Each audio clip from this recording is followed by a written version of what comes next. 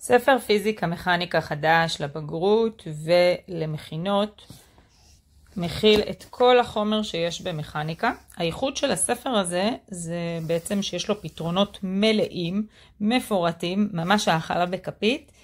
בואו נעבור על שאלה לדוגמה ותראו איך זה בעצם נראה.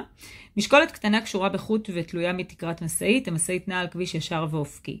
נתון שחוט משקולת נטוי ימינה, חשבו את גודלה ואת כיוונה של תאוצת המשאית, האם המשאית נוסעת קדימה או אחורה.